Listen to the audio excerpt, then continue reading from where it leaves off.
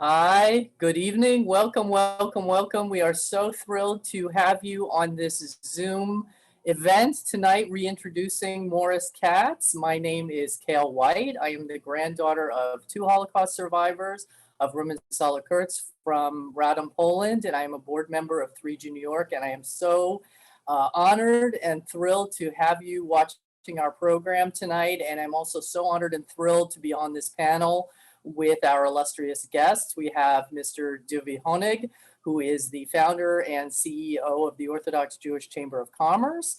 We have Lauren Perlman from Mummies and Masterpieces. And we have our esteemed colleague, Michelle Edgars from 3G New Jersey. And of course, we have all of you. And tonight we're very fortunate to have a number of other Jewish organizations joining us and watching this program. And we're very appreciative of their support. We have ANU, the Museum of the Jewish People, Mr. Bill Tingling with his Tours for Tolerance. We have the Fritz Asher Society, and we have a number of other Jewish organizations, and we're very honored that you're joining us on this presentation and honoring us with your presence and giving us your support. And so first I'd like to say a few words, and of course all of you, our 3GNY supporters and our wonderful Morris Katz fans. We're so grateful to you for joining us. So I'd just like to say a few words about 3GNY first. So 3GNY is an educational nonprofit for grandchildren of survivors. As a living link, we preserve the legacies and the lessons of the Holocaust. Our mission is to educate diverse populations about the perils of intolerance and to provide a supportive forum for descendants of survivors.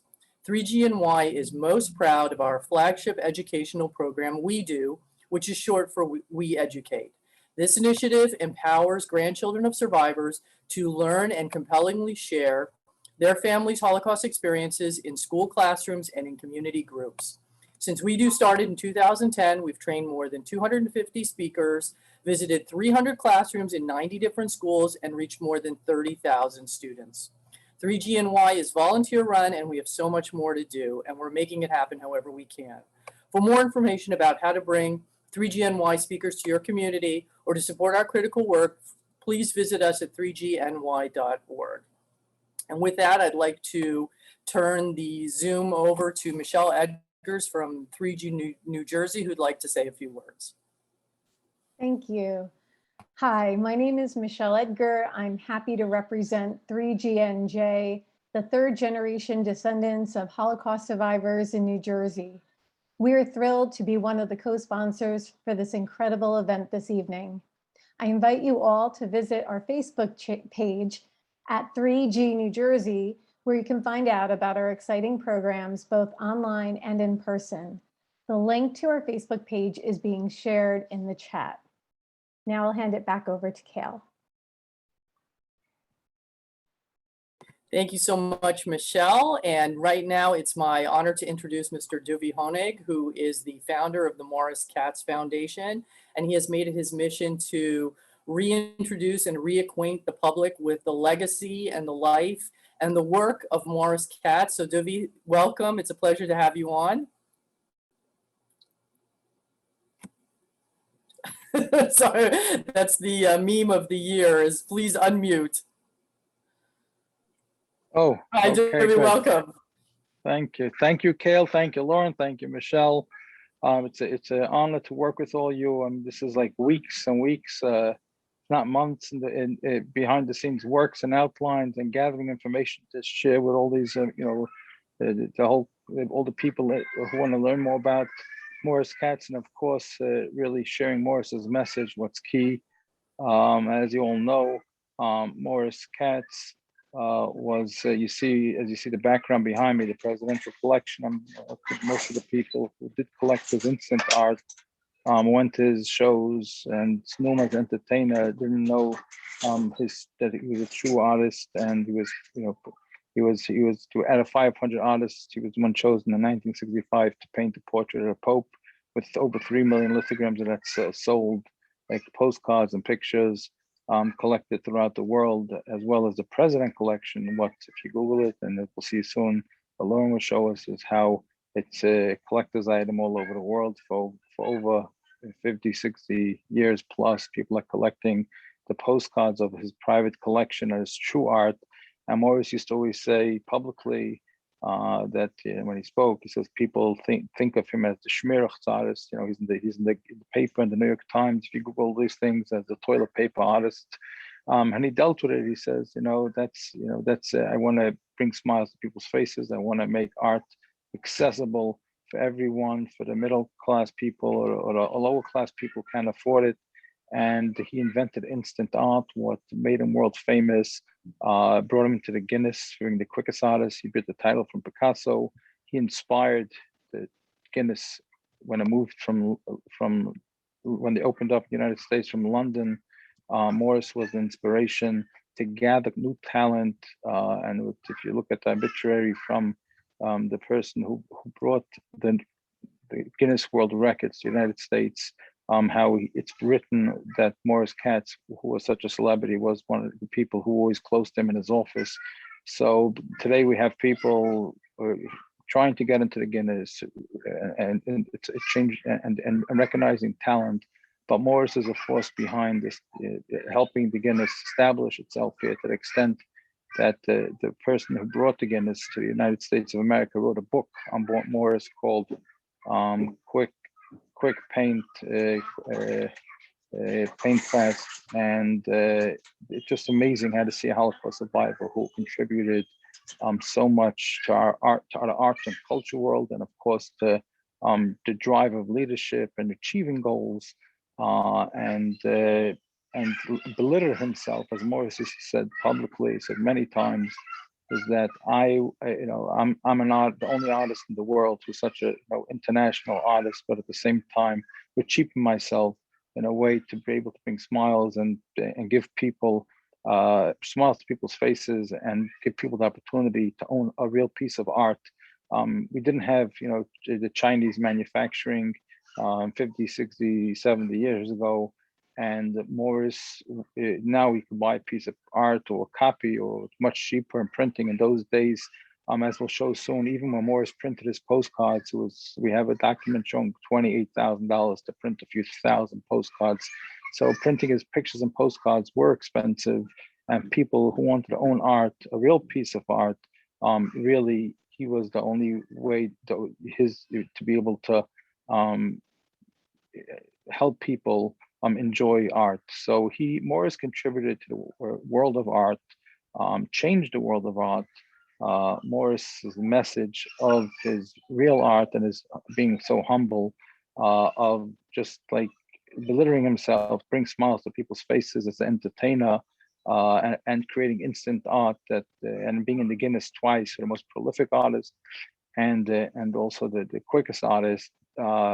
And people would look behind the paintings, what they bought from Morris in the instant art shows, they'll see that there's postcards of his private collection, whether it's Judaica, whether it's from the president collection. Most of them have a shorter piece of postcard of president collection. And that was his signature. As we're seeing now on the screen, the human rights, if you just keep it a second, hold this, I want to say, this was what Morris drew. He's a big fighter for human rights, as someone who went through the Holocaust at 9 years old in the camps and appreciated freedom. He was a voice for freedom, for freeing the Jews behind the Iron Curtain and human rights across the world. Morris drew this, and this is the first time it's being showed anywhere.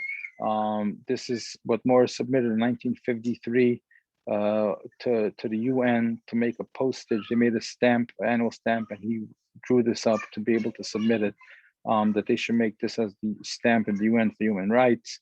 And it just shows where his true heart and passion was. And as we'll see later on, his president collection, his Judaica collection, you see how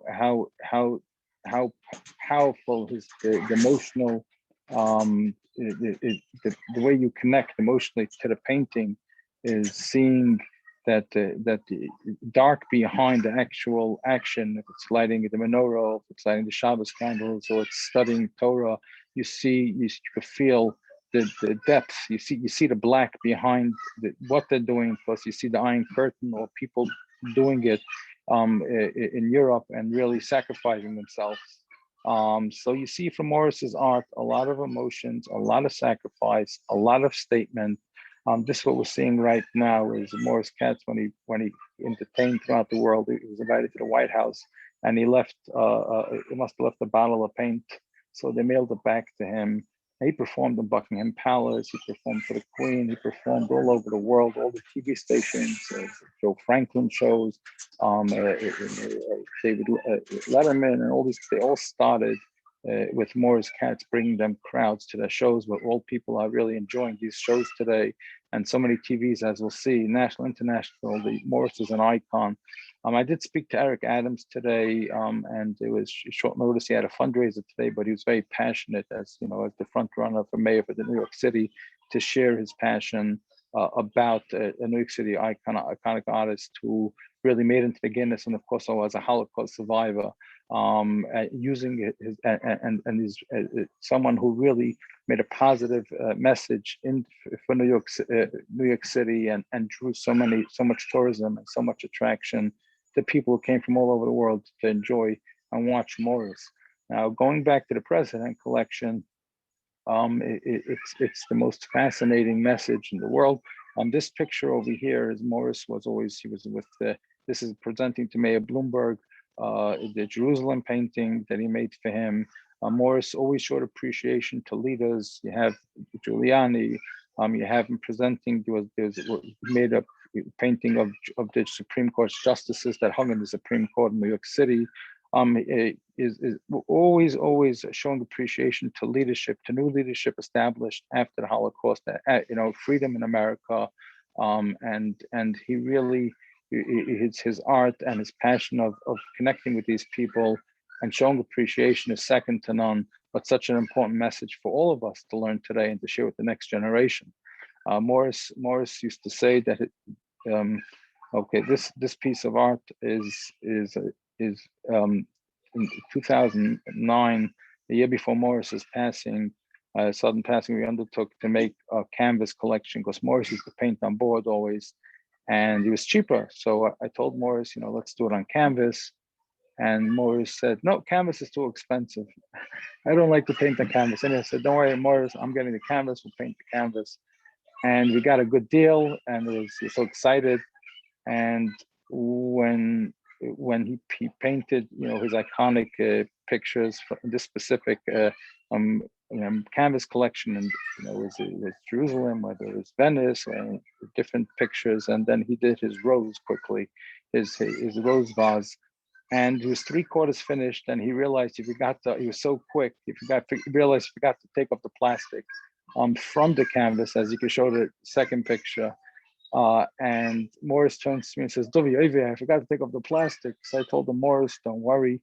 I'll rip off the plastic. They says, no, Dovi, you'll have it. This is going to be something, a collector's item for life for you. I said, Morris, I don't want a collector's item. You're going to live forever.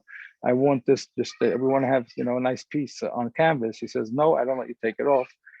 And here we are today, just displaying the quickness and how quite Morris painted. This exactly describes who he is, and he's painted on the plastic. And this is really the painting that you just saw now. So going back to the President collection, Cale, do you want me to speak about the history now? Or? Well, actually, I think before we we move on to the presidential or get into the presidential collection. So just in case anybody didn't get that painting was actually painted on the plastic wrapper of the canvas because Morris was in such a hurry to get it done that he didn't have a chance to rip the wrapping off. So that's just like one of the classic anecdotes about Morris, and there's so many more. And I have to say that since we announced this program, there has just been this outpouring of stories and memories and just like pure love for Morris, and people sharing their memories of when they were kids and they went to the Catskills and they saw Morris perform when he was painting with toilet paper, and how he made a special painting for them, or how their grandparents or their parents were huge fans of his and how they had personal connections with him. And it just struck such a chord that when we mentioned the name Morris Katz, it just brought up so many positive feelings And there's such a huge fan base that we were just really overwhelmed, and just thank you so much. But so just for people who don't understand or are not familiar with what instant art is, we have a video montage of some of Morris's TV appearances. So I have to give a little warning that some of this was transferred from VHS, and so the quality is a little rough, but it kind of preserves the feeling of the time. And I think it's very nostalgic, and I think it will bring back a lot of memories for people. So please watch this. And he had so many television appearances that this is really just a snapshot of what is available out there. And like Duby mentioned, whenever he appeared on a talk show, the ratings went through the roof. So please watch and learn a little bit about Morris and instant art.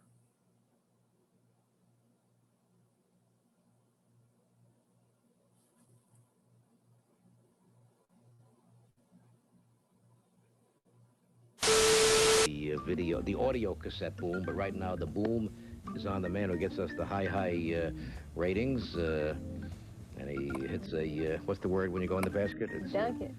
A what? A dunk shot. A dunk shot. Every single time. His name was Morris Katz, and he's the world's fastest painter for Nancy. Let's watch and enjoy. Thank you very much. It's a great privilege. In honor of the Joe Paxton Show, in honor of Nancy Lieberman, we'll be doing something humorous. And in New York, this is the 10 o'clock news with John Rowland and Cora Ann Mahalik. When it comes to painting pictures, nobody does it faster than Morris Katz. He is even in the Guinness Book of World Records. Today, he turned his talents to the flag.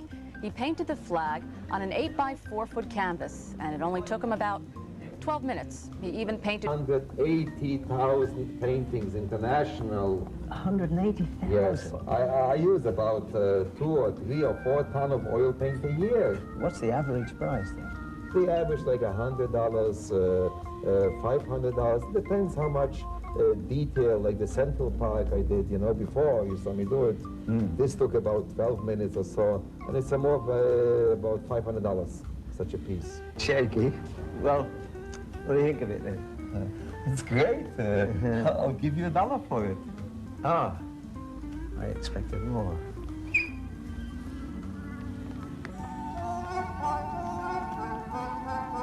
$7 million, Ross. A man who claims to be the most prolific artist since Picasso works right here in New York City. Morris Katz specializes in what he calls instant art, and he claims that he can teach anybody to do it. We're going to put him to the test. Morris started the work that you... Play What's My Line?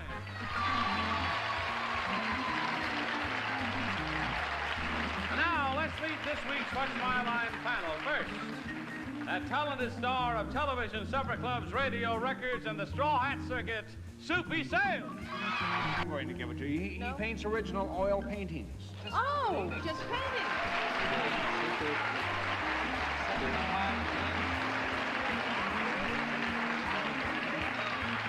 Mr. Katz is the creator of original oil paintings, which he calls instant art.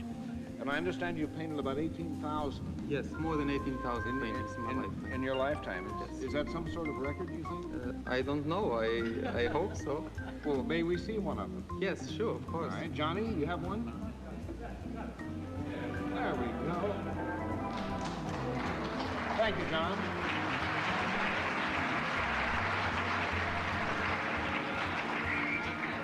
Now, I'd like to see him do that. how long did it take you to do this one? Oh, this one about maybe 15 or 18 minutes. Really? Yes. You're kidding. Yes, this takes longer to do because it's a lot of detail. Well, now, where can these be bought? You have to buy them from my studio at 406 6th Avenue, New York City. Aha. Well, how much? We're going to invite you over to our corner here shortly. Some artists make it into the Louvre or the Metropolitan Museum of Art, but Morris Katz has not gotten there yet, although his paintings are in the best of taste, as we're going to soon discover. Mr. Katz has achieved his own special kind of renown. He has just been inducted into, yes, the Chocolate Hall of Fame. And Morris Katz paints in chocolate, and he's with us here this morning. Good morning. Good morning. Good morning. Is you have chocolate on your palette there? Yes, or? and here it is. I painted in Washington, the White House. Everything is edible here, the entire picture. Here's you were there yesterday, right? right? Tremendous. I did about 50 paintings. They ate them up. Chocolate Week. I love it. And we'll meet the artist. I'll be doing all kind of scenes from memory, places where I travel international. I have regards to you. Some people saw me in San Francisco last week. I was doing a special event for the Sanders Pharmaceutical convention. So beautiful ladies came over. Says, when you be on David Letterman show, give me a kiss from me. I wanted to get a kiss from her. Yeah. She wouldn't give me. How can I can understand but that. people Now, love you. all right. So Morris, again, landscapes, still life. Anything. How many in a minute can you turn out? In a minute, it depends how many customers I have for free. Okay, we need just over 200. About 220, 225 is what we're looking for. No problem. You have the best artists. All right. We are all here as a good family, and we are more than happy to serve your fans and our fans. All right. Privilege. Thank you very much, Morris, for helping. 130.000 Bilder, die der furiose Künstler auch allesamt an den Mann brachte, für 60 bis 2000 Mark. Aber Morris Katz ist vor allem Lebenskünstler. Es liegt ihm nichts daran, seine Werke möglichst teuer zu verkaufen. Er liebt die Menschen und die Menschen lieben seine Bilder. Andere haben gemalt, gestorben, sind nicht da. Ich wollte leben, wieso ich lebe, malen viele Bilder und jeder soll sich kann erlauben, ein Bild zu haben als Morris Katz.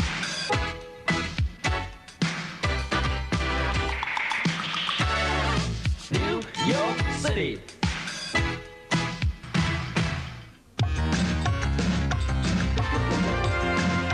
Yoi, hajime! Yeah, この絵を描いている人はモリス・キャッツさん。キャッツさんはね、たった2分間で油絵を描き上げます。今、12秒。All right, what do we get here? Of artist, city, the art capital of America. This is where you'll find the one and only Morris Katz, working furiously to maintain his reputation. I'm going to autograph it in the back with a number. This is masterpiece quality here. How long would it have taken you to do the Sistine Chapel if you were? Well, if I had the roller, I could do quicker. About half a day. Well, now so I give myself 2 days. What's different? Which he can paint a saleable oil painting. Morris Katz, he already holds a couple of records in the book. One of them is that after Picasso, he is the world's most prolific artist. But let's be exact about the record you're going for today. Morris Katz, good morning. Good morning. And you're going after your own record. Yes, after Which my own is? record. The own record the last time was 90 seconds. In the book, it reads 97 seconds for the Wait a world's minute, fastest this was oil done, painting. pardon me, this was done in Fisherman's Wharf, the Guinness Museum, San Francisco, June 11, 84. But then you already broke that record. Yes. When and how fast was it? This was done in January 17th, 90 seconds here on another television station. Figured out, frankly, and this was done at the rate of Morris charging $200 for this. He's gonna make about $7,000 an hour doing this. Think he's got a future?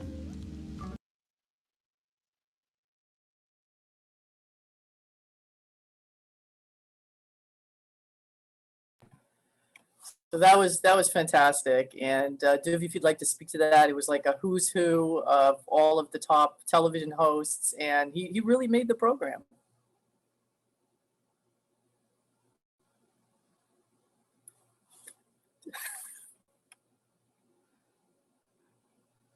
Okay, good.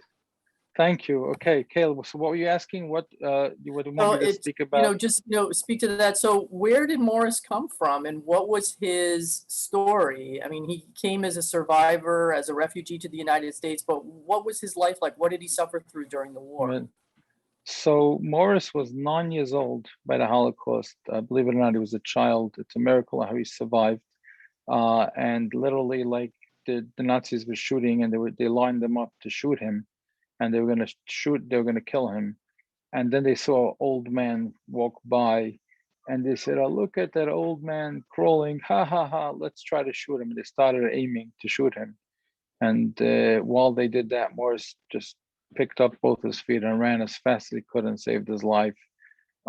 So then he was afterwards the refugees camp in the detention. What is it? It was the DP camps, and from there he gave him and his mother, they smuggled through the border by giving one of the soldiers a bottle of vodka. So he credits the bottle of vodka for saving his life. followed by coming to the United States, and he started working for a framing company. He started working as a contract, and then they wanted him to work on the Sabbath, so he said he has to go into the art.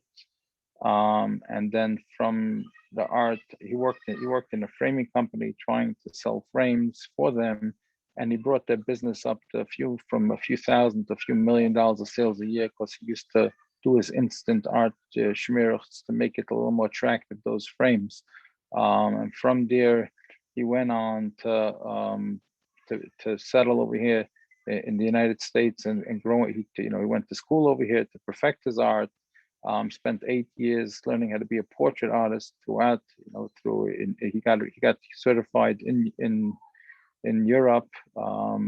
As you can see on his bio on the website, you go to morriskatz.org and you can read about that. We have some history for people to see, to spend more time to hear more about it. And then he decided to use paint quicker and make more art and use drags. And then he went to the toilet paper business, starting to paint with toilet paper. Morris told me that when Northeastern toilet paper, I believe that was the name he mentioned, came out, they got a new toilet paper or something. They gave him $18,000 in those days a day to use that toilet paper in the Javits Center when he painted by his show. So the toilet paper companies recognized him. He said once there was a toilet paper shortage, he didn't know what he was going to do.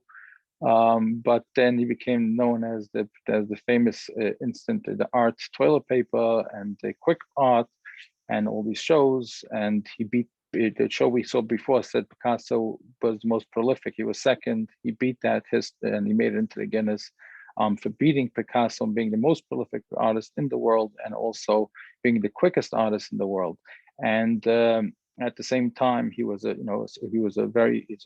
real the biggest artist that existed, and contributing to the world of art by introducing his instant art. People didn't know about his background, about his passion, where he really painted the private Judaica collection, the Judaicas that we sold postcards of. We felt people being persecuted and or practicing religion hidden, as you can see in the pictures.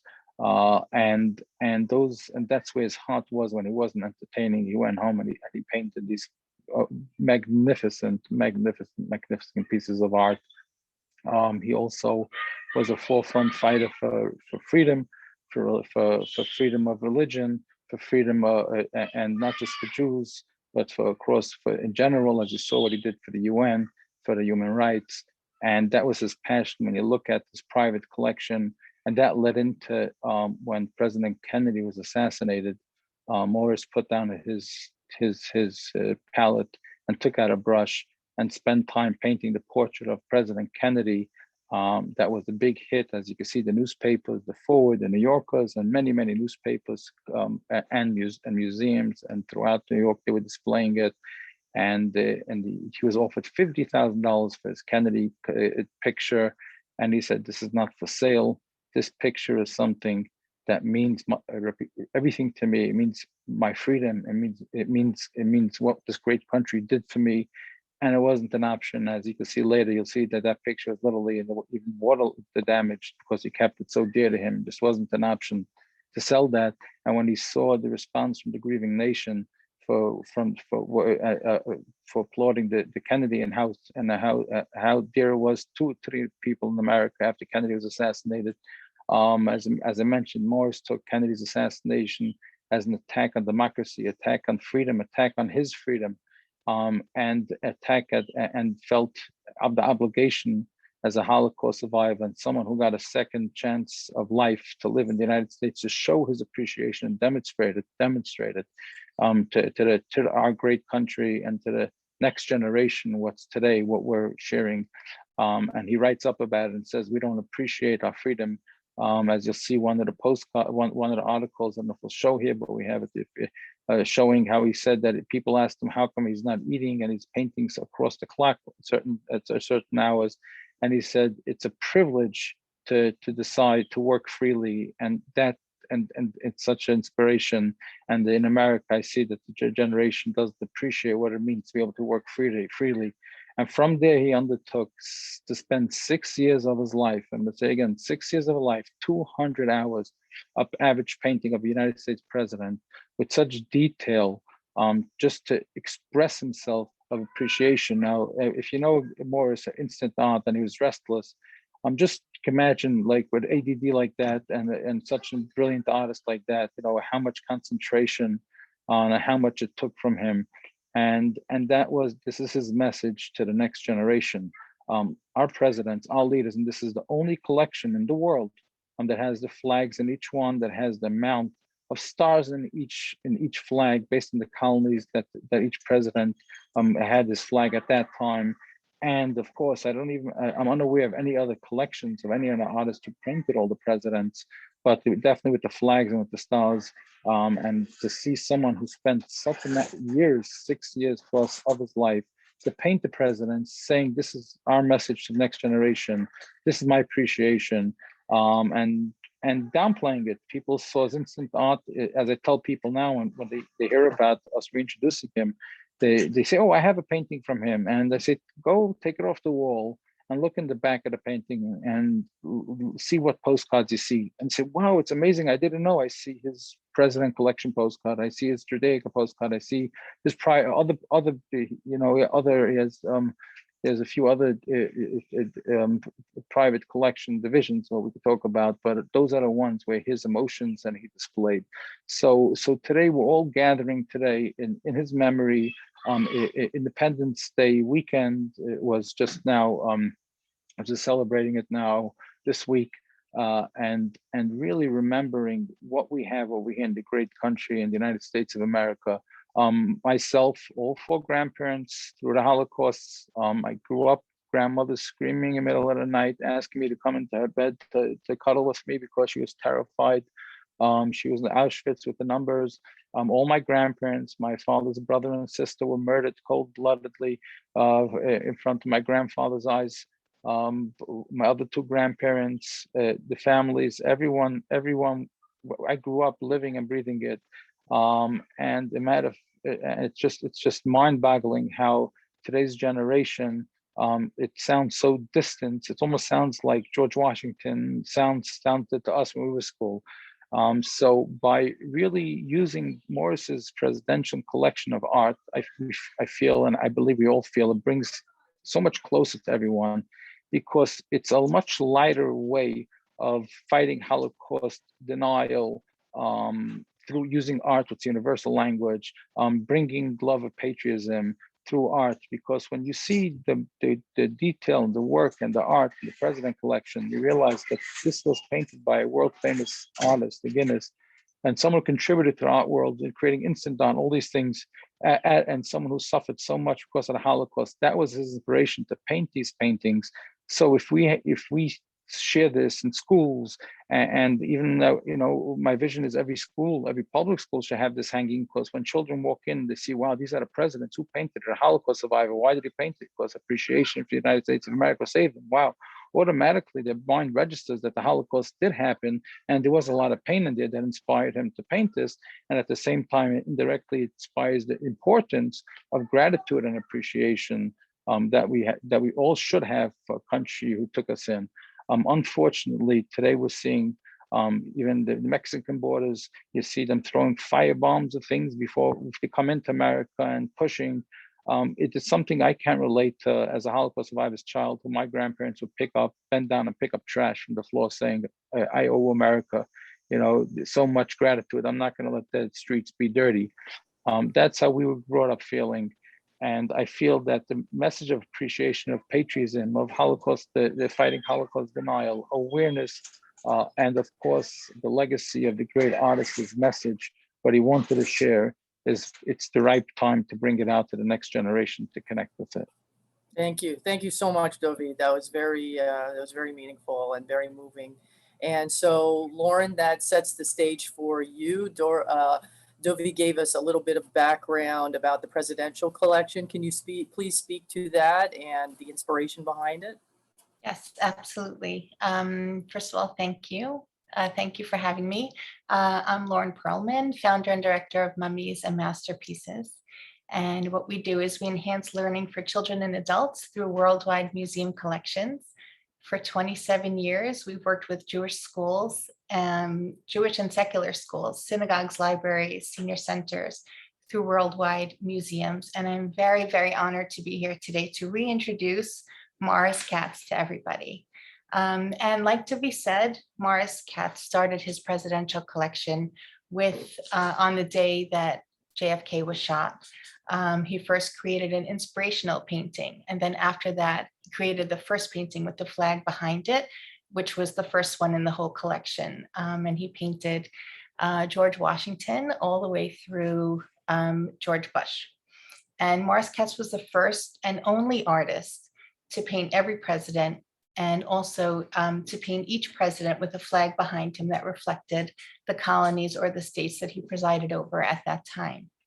Morris Katz also painted in old master style. So when you see so many discussions and so many works of art that Morris Katz created with his palette knife and his the toilet paper that he used to create his instant art, you can only imagine how long it must have taken him.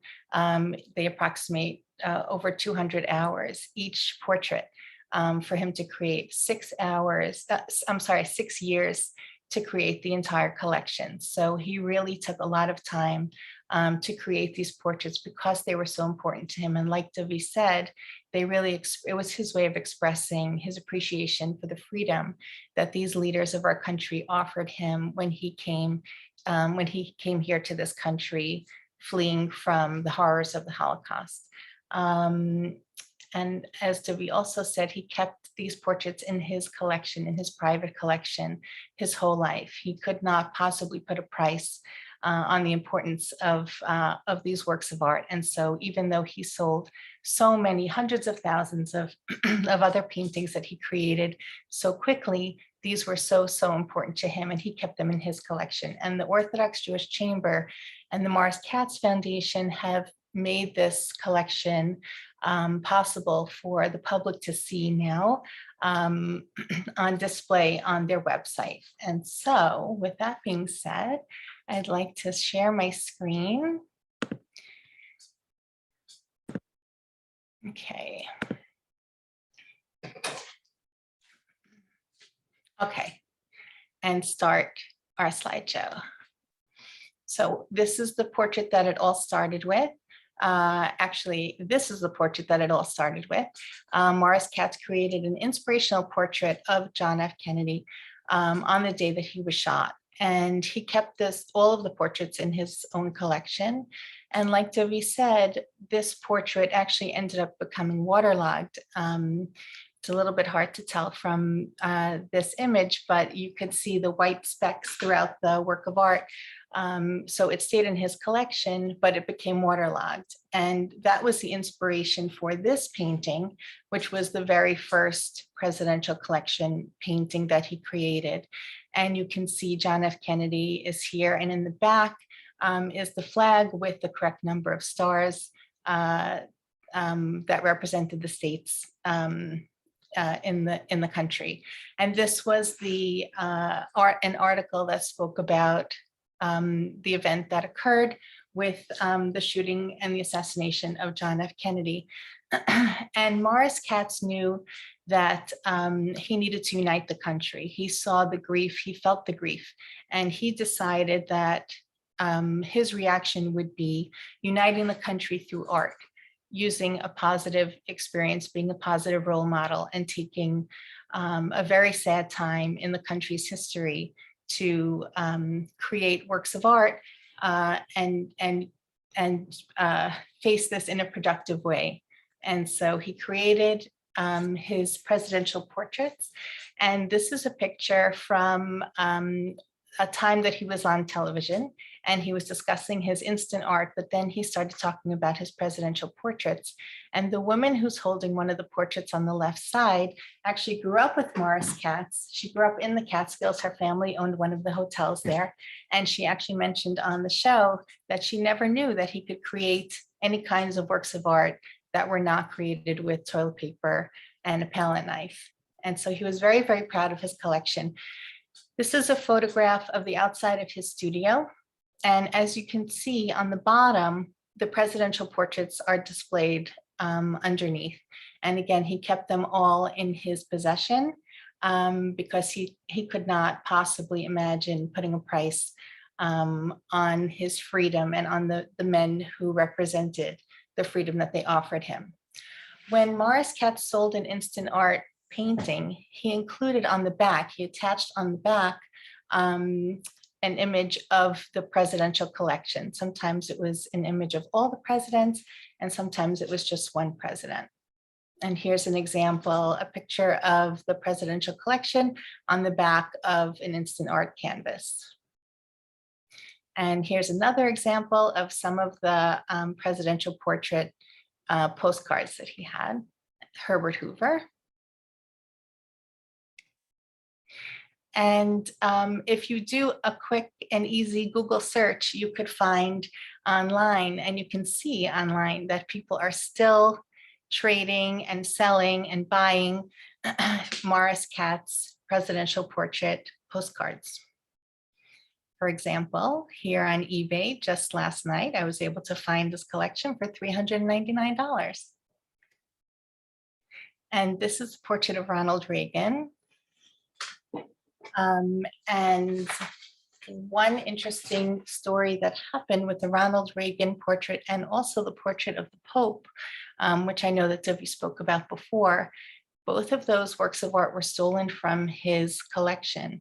And he ended up finding the Reagan portrait at a pawn shop a half a block away and rebought it and put it back into his collection. And this is one of my most favorite pictures of Morris Katz, because it shows him wrapped in the American flag. And I feel like when I think about Morris Katz and I think about his presidential collection, I think about the love that he had for the country, the pride that he had in the country, the appreciation that he had for the country. And he emotionally wrapped himself in that. And here he's physically wrapping himself in the flag. So I want to take you to the Morris Katz Foundation website. So you can take a look at what it looks like. And again, Devi through the Orthodox Jewish Chamber of Commerce and the Morris Katz Foundation have made this collection accessible to all of us. I'm going to just take a second and walk you through. So here we have the homepage, talks a little bit about Morris Katz and includes some of the collection.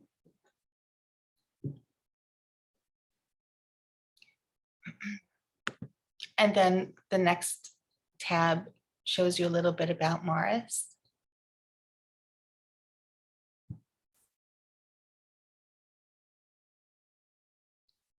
Okay, well, we might be having technical. Oh, is it working now? Okay. Is it working now? I'm not sure. The website, it's not going to the website, but if anybody wants to have a look on their own after the program, they are welcome. I think, you know. Lauren, it looks like you're clicking on the image. Maybe that's why it's not going to the website. Okay, Dave, you know what okay, so what I'm going to do is I'm going to stop my share. Oh. And Dave, yes, I think that's what you have. Share the website.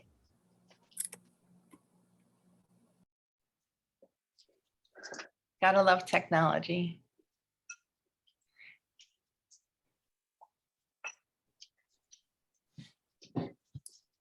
Okay, so thank you, Dave. All right, Dave, I'm going to have to ask you to be me for a few moments. Okay, so that's the homepage. And if you go over to, let's head on over to the president. Actually, before we do that, I just want to show you up on the top, the different tabs. So there's About Morris, right? So we have that one.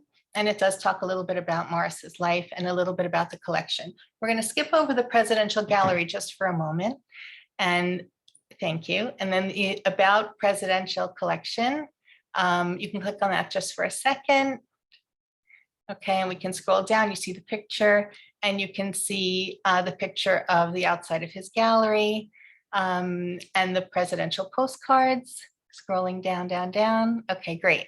Okay, now I want to take you just for a moment to the authentication, the artwork authentication page. And I know that Divi can talk a little bit more about this, but this is something recent that they put on the site.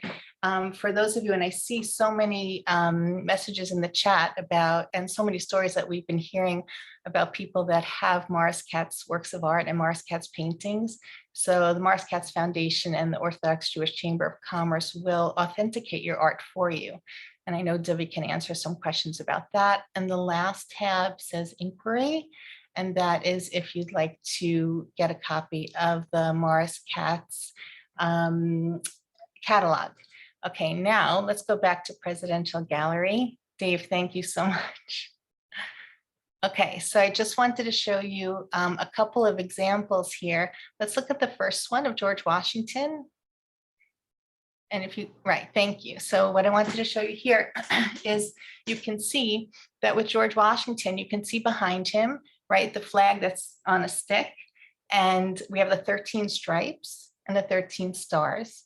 So of course, those represent the 13 colonies. And in some of the works of art, not all of them, but in some of them, we have landscapes behind the presidents. And those landscapes are places that were significant to the president that was ruling at that time. So we can, oh, and before we go, I just want to show you also up on the corner. Are you able to zoom into that, Dave? To expand the picture? If not, it's okay. That's okay. All right, let's go back into Washington.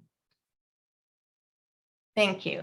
So you can see on the top, okay, it has his signature and it has the date of when the work of art was created. So we have the portrait of the president, the flag behind him with the stars and the stripes that are relevant to the states or the colonies that were part of the country at that time. Morris Katz's signature up on the top right and the date. And sometimes there's a landscape. Let's close out on Washington for a second.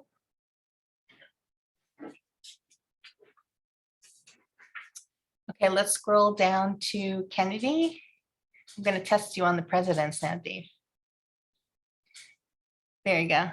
Okay, thank you. Okay, so this is the portrait where it all started, the portrait that it started from. And you can see again the flag behind him. Sometimes the flags are horizontal, sometimes the flags are vertical, but they always have the stripes and the stars that are relevant to the time, the signature and the date up on the top. Okay, we can close out on him. And let's go down to Reagan. Oh, I'm sorry, let's go to Carter for a second. Okay. Okay, so and you can see with Carter, also the flag behind him, the signature, the date. But if you look over his right shoulder, so on the left side, you can also see part of the landscape that Morris Katz included in this painting as well. And finally, let's end with Reagan. Okay, so Ronald Reagan. So you can just imagine how Morris Katz must have felt when he discovered that the Reagan portrait was stolen from his gallery. And he was not going to give up, and he was not going to end up without this work of art. And so he hunted for it, and he actually found it a half a block away from his studio in a pawn shop, and he rebought it, and his collection was complete again. So I think what we can learn from Morris Katz is, thank you, Dave, that through a sad moment in our country's history, this Holocaust survivor, Morris Katz, seized the opportunity to unite the people of the country that he loved. One thing that dawned on me when I was studying about this collection was, if you think about it, Morris Katz painted every president, despite their background, despite their personal history, despite their views, despite their decisions. He painted every single president, and he painted them with respect. He painted them for over 200 hours. He honored each and every one of them because he knew that unity is what we needed, and unity is what the answer is.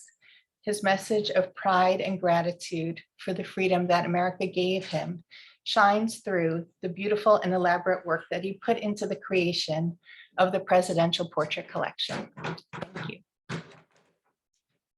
Thank you so much, Lauren. That was absolutely beautiful. And I just wanted to draw people's attention to the fact that it's drawn, or it's painted in such a realistic manner.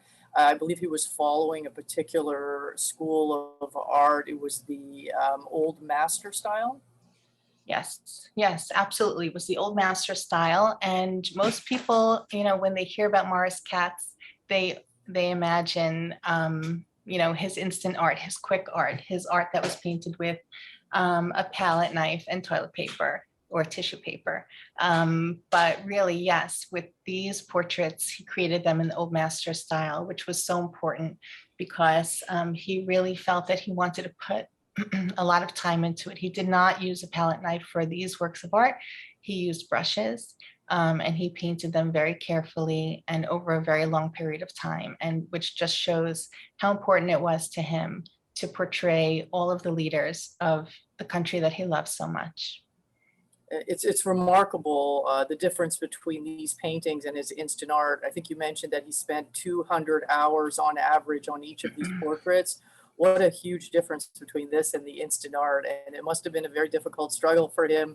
So I think, Duvi, you mentioned that he basically had ADD. And so it was, he had to maintain his focus for a full 200 hours to complete every detail of these portraits.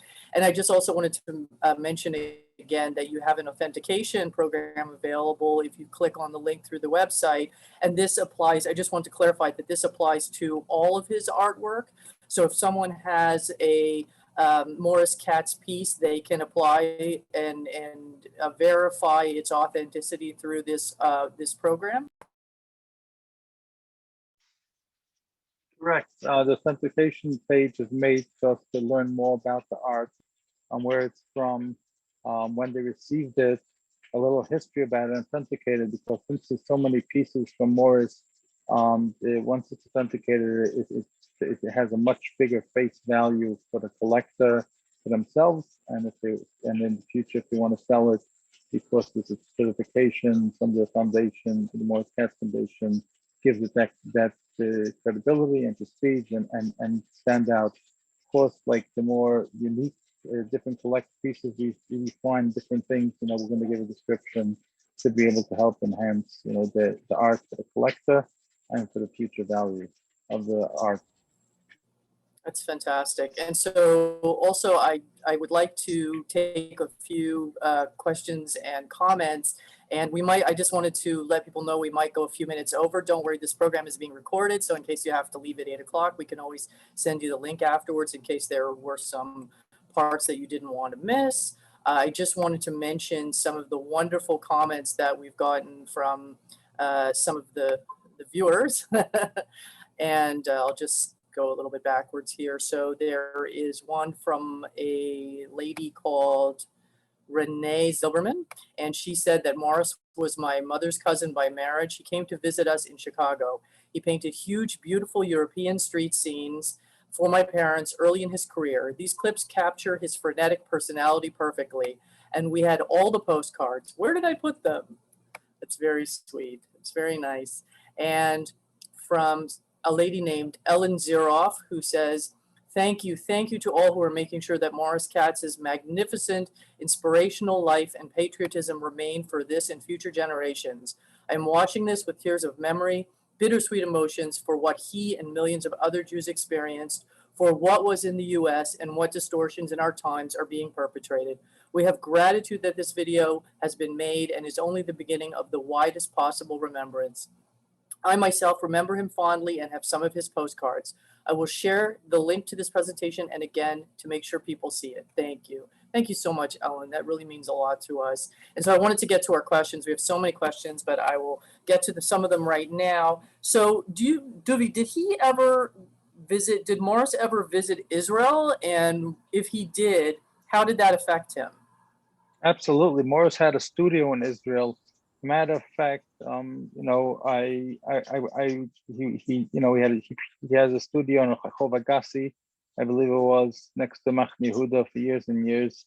People used to walk by. When I was a student, it inspired me as to walk to yeshiva because I studied there as a student, and passes and be fascinated and just look into his window. Morris, throughout the state of Israel, I would say tens and tens of thousands of pieces of art. People own it, have it displayed in the home. If we could go a second to his Judaica collection, what we just uploaded, partial of his Judaica collection to the website, a page people are welcome to see. You could see the Ma'ariv, how he painted a Jew reading the Mariv, but they sold postcards that are a fascinating Judaic picture. And he was very connected with Israel. He said the first picture of the Kotel when he made the Kotel was for Teddy Kolak when he was mayor in I think in the 70s. I'm not sure if it's 78 or something like that. You scroll down a little more. The colors are magnificent. You know, it is a fraction of how it's, you know, it's the real presentation. On the left, the top left, you see the no, the one next to that, the one that's magnificent as well. Soldier with a Kotel, that one, yeah. You can zoom in if you want. It's a large painting. They have postcards of this. To see that, you know, Mariv, that's Israeli personality, and the Mariv paper was discontinued a few years ago. So it's historic. It's just, but you see the name on the Kapel Moshe, like in those days, that's the way. We didn't have the internet, news, and this is the way people used to bend over the newspaper. And Israel, there were long papers. They had one paper, their front and a back. It was like a whole bunch of papers, and they took in the news like exactly the expression how you see on this Moshe over here reading it. So this is an example of Israel, and you can see there's some other pictures as well. But so Morris was all over the world. He performed in many different countries. I think from Australia to India to Europe, to all over the world. Now, if you go through the Judaic, I would like to show you one picture, what I think really reflects. It's the most fascinating picture. You scroll up a little more, see the boy holding the Torah, a little higher. That's higher. Okay. Over here, the second, with the boy holding the Torah. Now this picture, if you zoom in, it reflects Morris. It's the most fascinating picture ever. This boy is holding a Torah behind the Iron Curtain, as you see his cap and his hair. He doesn't look like he knows much, but you see how he's holding with such love. Now this boy's eyes, if you zoom into it, I've never seen a piece of art so meaningful. You see love and pain in the eyes of the boy holding it. Again, love and pain at the same time. The pain of being persecuted behind the Iron Curtain, but at the same time, the love of holding the Torah.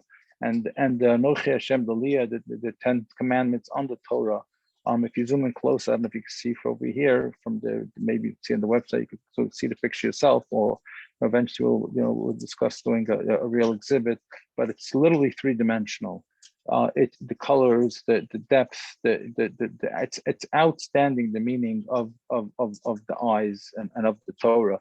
So these are postcards. You can Google it, Judaic postcards by Morris Katz. These are collectors, but it's mind-boggling to connect emotionally with the messaging of whether it's Judaic, and also he has just a few big eyes, a few big eye pieces. There's a child who lost the bird, or a child holding a cat who just found.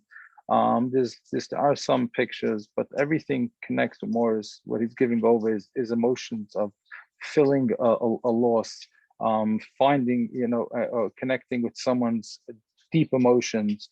And as you can see in many of those pictures, the backgrounds are dark because Morris is bringing out what's happening into light.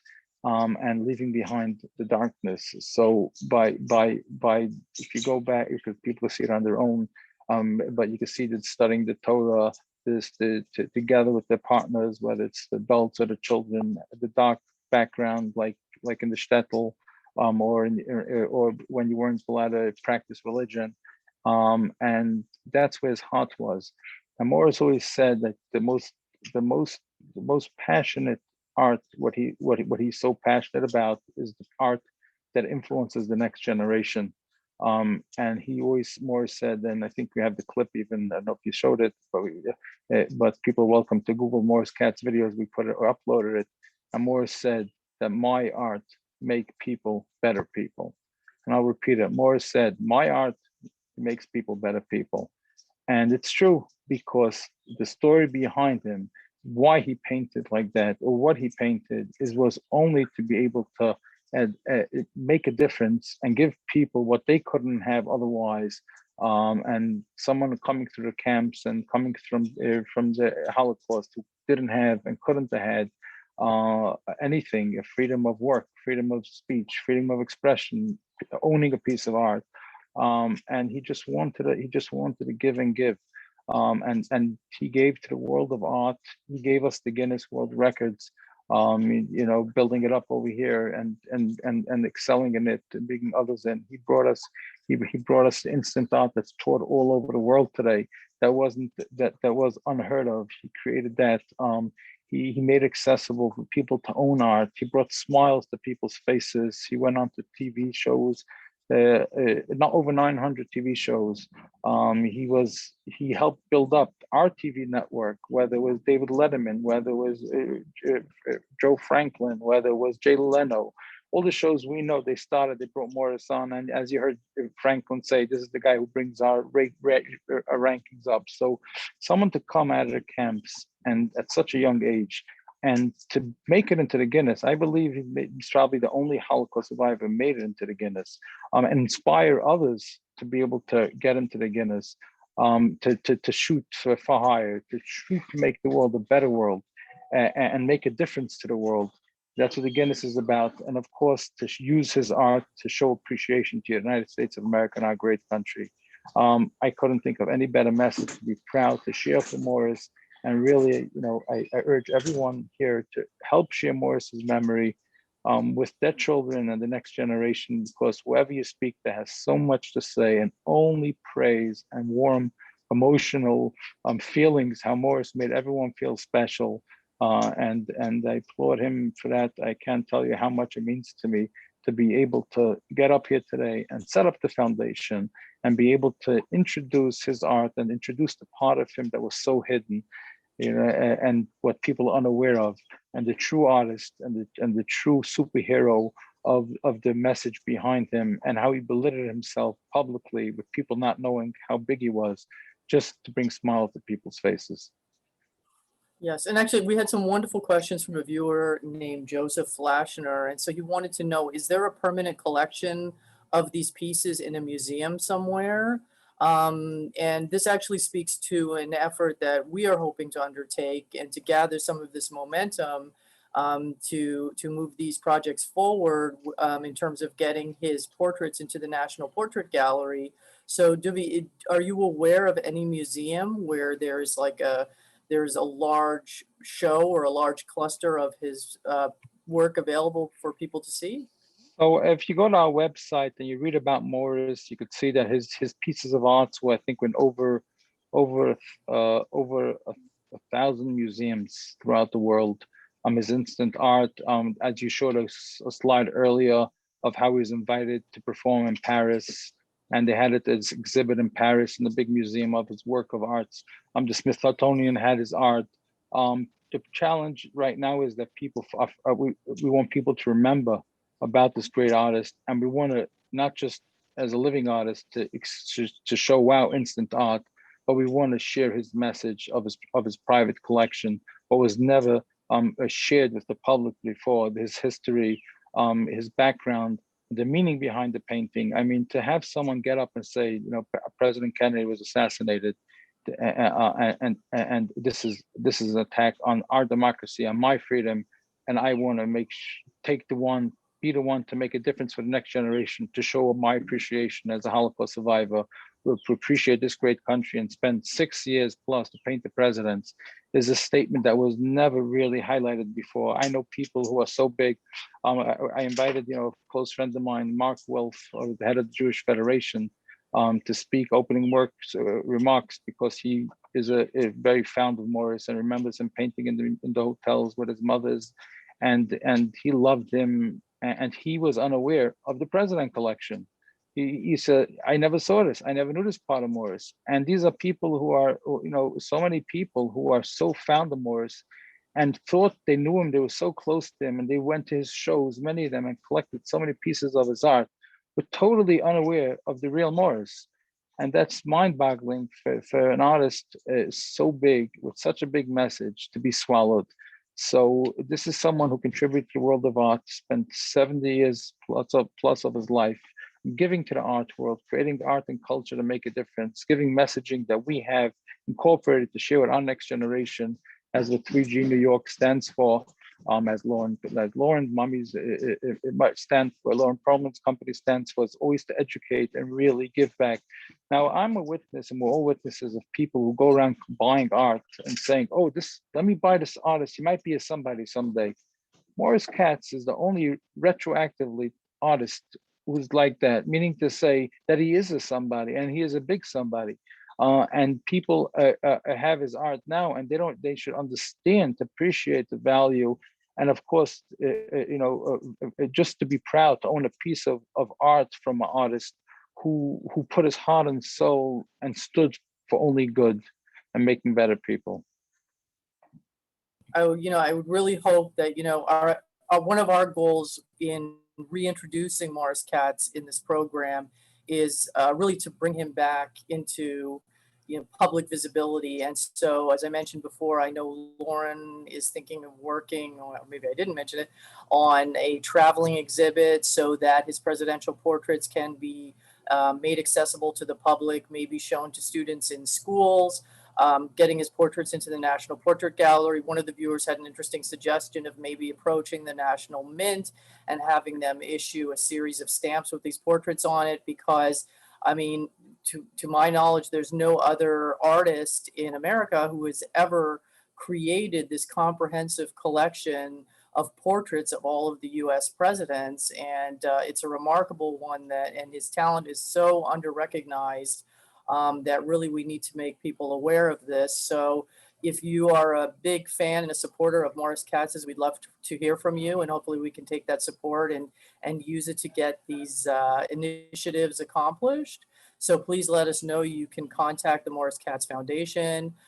You can contact 3GNY or 3GNJ or Mummies and Masterpieces, and just let us know that you would like to see Morris Katz recognized for his contribution to American culture, to world culture, in fact, and we'd really appreciate that, and we can take that to our politicians and hopefully move this forward.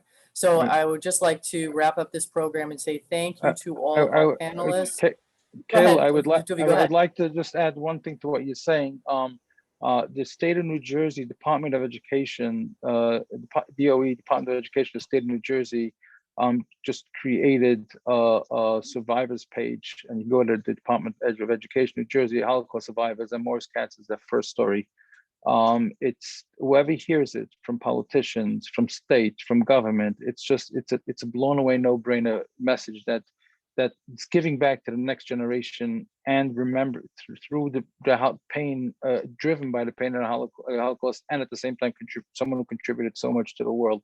So the message is so clear, and to add to what you were saying, Kay, like I would love to be able to have every school, every public school have a copy of these presidential collections hanging, that children and Jewish, non-Jewish, all nationalities, races, and religions walk in, they see these are our presidents, we're proud of them, and this was inspired by a Holocaust survivor, and that really automatically connects the next generation with recognizing there was a Holocaust and there was pain there, and there is appreciation, and the Jewish artist really was here to contribute to the art, make a difference, and automatically understand he contributed to the art and culture of the world. And it's so fascinating to be able to inspire this message, and all of us to give it over as educators, as museum curators, to be able to use this as a platform to be able to move forward. I did speak to the Yad Vashem yesterday. We're working with them. They have education department, and they agreed with me as well. We had meetings personally in Israel, how the generation of remembering the Holocaust changed. Unfortunately, showing a train or people being persecuted or murdered, people feel so distanced from it. They're looking for new, friendlier, you can't say friendly in the Holocaust, unfortunately, but friendlier ways to be able to give over the message. And there's no better way than using art. That art is a universal language. You don't have to speak English, Spanish, Polish, German, races and religions. Everyone connects with art, and everyone appreciates to see art. I'm speaking now with Dubai and different countries who the art districts they are interested to display Morris's work and his history, and also his private Judaic and his private collection pieces that really you could that were his that reflected his emotions and what he valued. Also, another thing to is he made was the both Rebbes, the Lubavitcher Rebbes, the huge, the magnificent as we had pictures of him selling lithograms of it. Then he has Einstein and a lot of leaders, a lot of leadership pictures that Morris as well put a lot of his passion into to be able to because that's what meant a lot to him. Leadership, new leadership, and making a difference in patriotism. Thank you. Thank you so much. And so we very much would appreciate your messages of support for these projects. So please reach out and contact us. I believe the links to our various organizations were posted in the links. If not, you can just reach out to the 3GNY and we can put you in touch with the Morris Katz Foundation or Mummies and Masterpieces or 3GNJ or any of the organizations that were featured on this event. But with that, I'd like to thank all of you viewers for watching tonight. And we hope this is just the beginning of reintroducing Morris Katz to new audiences. So thank you once again to Lauren Perlman from Mummies and Masterpieces, to Michelle Edgar from 3G New Jersey, and to Duvi Honig from the Orthodox Jewish Chamber of Commerce and the Morris Katz Foundation. Thank you so much. Have a Shabbat Shalom, good Shabbos tomorrow, and be well. Take care. Bye-bye. Thank you. Thank you.